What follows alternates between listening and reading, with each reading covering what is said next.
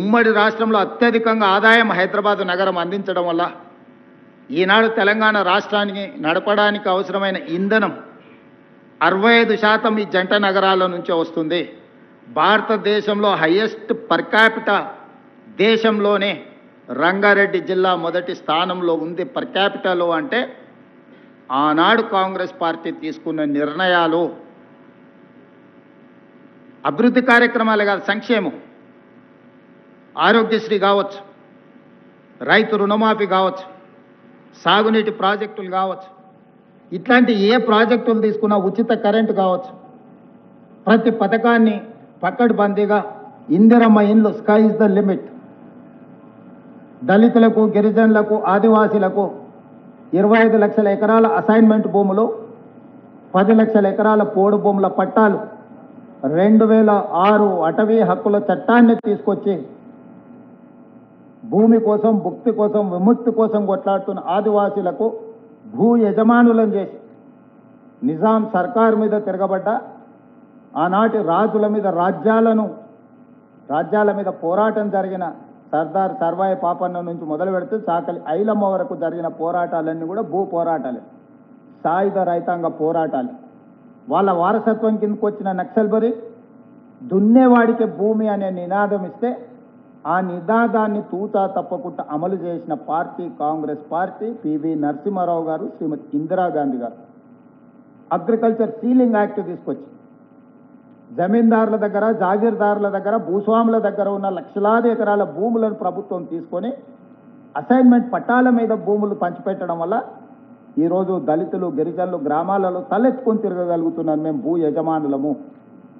ఇల్లు లేని వాళ్ళకి ఇందిరమ్మ ఇల్లు ఇచ్చి 25 లక్షల ఇల్లు ఈ ప్రాంతంలో ఆనాడు రాజశేఖర రెడ్డి గారు స్కై ఇస్ ద లిమిట్ అనే పథకంతో ఇందిరమ్మ ఇళ్లను పేదలకు ఇల్లు ఇచ్చి ఆత్మగౌరవాన్ని పెంచింది కాంగ్రెస్ పార్టీ.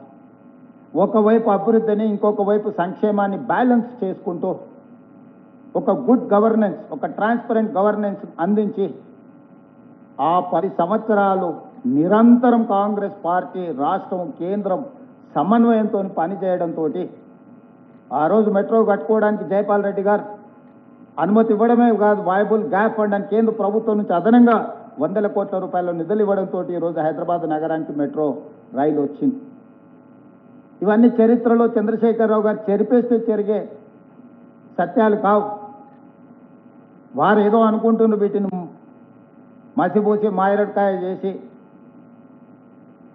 సినిమాలలో మనం సినిమా స్టోరీ అంతా ఒకటి ఉంటుంది, ప్రేక్షకులను ఉత్తేజపరచడానికి ఐటమ్ సాంగ్ అని ఉంటుంది అప్పుడప్పుడు మధ్యలో.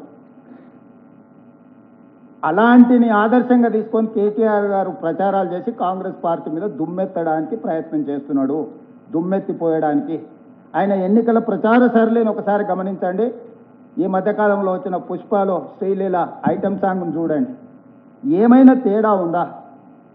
ఈ రాష్ట్రానికి నాయకత్వం వహిస్తానని చెప్పే నాయకుడి యొక్క ప్రచార సరళి పార్టీ జెండాను, కండువాను గాల్లో ఇలా తిప్పుకుంటూ ఎవరు చేస్తారు ఇవన్నీ? అందుకే మా 10 సంవత్సరాలు 2004 నుంచి 2014 వరకు జరిగిన సంక్షేమము, అభివృద్ధిని కొలబద్దగా తీసుకోండి, విశ్లేషించండి, ప్రశ్నించండి మమ్మల్ని.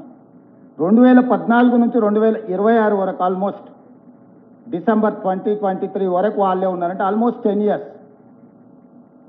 2 సార్లు రాజశేఖర రెడ్డి గారి నేతృత్వంలో ఏర్పాటు చేసిన మా ప్రభుత్వం, 2 సార్లు చంద్రశేఖరరావు గారి నేతృత్వంలో ఏర్పాటు చేసిన ఆ ప్రభుత్వాన్ని పోల్చండి. 16,000 కోట్ల రూపాయల మిగులు బడ్జెట్, 69,000 కోట్ల రూపాయల అప్పుతో మేము అప్పచెప్తే చంద్రశేఖరరావు గారు నాకు అప్పచెప్పేటప్పటికీ జీత భత్యాలు కూడా మొదటి తారీఖున ఇవ్వలేని పరిస్థితి. రిజర్వ్ బ్యాంకులో చేబదుల కింద 1,000 కోట్ల రూపాయల అప్పు, బ్యాంకుల్లో 8,11,000 కోట్ల రూపాయలు, 4 రకాల అప్పులు ఉంటాయి. ఎఫ్ఆర్బిఎం పరిధిలో తెచ్చుకున్న అప్పులు, కార్పొరేషన్ సంస్థలకు ప్రభుత్వం గ్యారంటీ ఇచ్చిన అప్పులు, కార్పొరేషన్ సంస్థలే స్వయంగా మేము కట్టుకుంటామని తెచ్చుకున్న అప్పులు, ఇతర విధానాలలో ప్రభుత్వం తెచ్చుకున్న అప్పులు, 4 రకాల అప్పులు 6,71,000 కోట్ల రూపాయలైతే పోతూ చేబదుల కింద బకాయిలు పెట్టినాయి. కాంట్రాక్టర్ల బిల్లులు 50,000 కోట్లు పెండింగ్ పెట్టింది. ఉచిత విద్యుత్తుకి విద్యుత్ సంస్థలకు సింగరేణికి ఒక 35,000 కోట్ల రూపాయలు బకాయిలు పెట్టింది. ఉద్యోగ రిటైర్మెంట్ బెనిఫిట్స్ ఒక 10,000 కోట్ల రూపాయలు బకాయిలు పెట్టింది. లిక్కర్ సప్లై చేసిన సంస్థలకు ఒక 5,000 కోట్ల రూపాయల బకాయిలు పెట్టింది. ఫీజు రియంబర్స్మెంట్ ఒక 8,000 కోట్ల రూపాయల బకాయిలు పెట్టింది. ఈ రకంగా 1,29,000 కోట్ల రూపాయలు లెక్కకు దొరకని చేతికి అందని అప్పులు నమ్మినోడి దగ్గరలా ఇచ్చినోడి దగ్గరలా దొరికిన కాడికి దొరికినంత అప్పులు తీసుకొచ్చి మొత్తానికి 8 లక్షల కోట్ల పైచిలకు అప్పులతోనే రాష్ట్రాన్ని నాకు అప్పచెప్పిండు. నేను డిసెంబర్ 7 తారీఖు నాడు బాధ్యత తీసుకున్న తర్వాత అప్పటికి ప్రభుత్వ ఉద్యోగస్తులకు జీతాలు ఇవ్వలే. జీతాలు ఇద్దామని ఎత్తుకుతే డబ్బులు లేవు. పోనీ రిజర్వ్ బ్యాంక్ లేదన్నా అడ్వాన్స్ కింద ఏదన్నా అడగనరా అంటే అప్పటికే 3,500 కోట్ల రూపాయలు అడ్వాన్స్ తెచ్చేసుకుండు మహాత్ముడు. ఆ అవకాశం కూడా లేదు.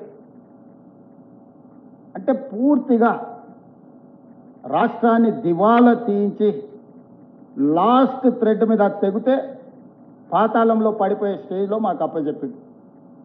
ఇప్పుడు నేను అడుగుతున్నా, ఈ 10 సంవత్సరాలల్లా వారు నిర్మించింది అమరవీరుల స్తూపం, చెర్లులు పడి పర్రెలు వాసి 60 కోట్లతో మొదలుపెట్టి 250 కోట్ల అవినీతి. బాబాసాహెబ్ అంబేద్కర్ విగ్రహం 65 కోట్లతో మొదలుపెట్టి 200 కోట్ల రూపాయల అవినీతి. సెక్రటేరియట్ 400 కోట్ల రూపాయలతో మొదలుపెట్టి 2,000 కోట్ల రూపాయలకు పెరిగింది. కమాండ్ కంట్రోల్ రూమ్ నా 300-400 కోట్లతో పెడితే 1,200-1,300 కోట్లకు పెరిగిపోయింది. 1,00,000 కోట్ల పైచీలకు 1,02,000 కోట్ల రూపాయలు కాంట్రాక్టర్లకు బిల్లు చెల్లించిన కాళేశ్వరం 3 ఏళ్ల కట్టడం కూలేశ్వరం అయిపోవడం జరిగింది. వారు కట్టిన కమాండ్ కంట్రోల్ రూమ్తో ఒక ఉద్యోగం వచ్చిందా? వారు కట్టిన సచివాలయంతో ఒక ఉద్యోగం వచ్చిందా? వారు కట్టిన ప్రగతి భవన్ అని ఆయన విలాసవంతమైన జీవితం కోసం బాత్రూమ్కు బుల్లెట్ ప్రూఫ్ అద్దాలు పెట్టుకున్న భవనంలో ప్రజలకు ప్రవేశం ఉండేనా? తెలంగాణ ప్రజలు సాధించుకున్న తెలంగాణలో తెలంగాణ పరిపాలనకు గుండెకాయ అయిన ప్రగతి భవన్లో ప్రజలకే ప్రవేశం లేదు, నిషేధిత ప్రాంతంగా ఉండే. ప్రజా యుద్ధ నౌక గద్దరన్న పోతే ఎర్రటెండకు 3 గంటలు బయట కూర్చోబెట్టిన పరిస్థితి ప్రగతి భవన్ ముందు మనం కళ్ళతో చూసినాం. వీటి వల్ల కానీ కాళేశ్వరం వల్ల కానీ 1 ఎకరాకైనా నీళ్ళు ఇచ్చిండ్రా?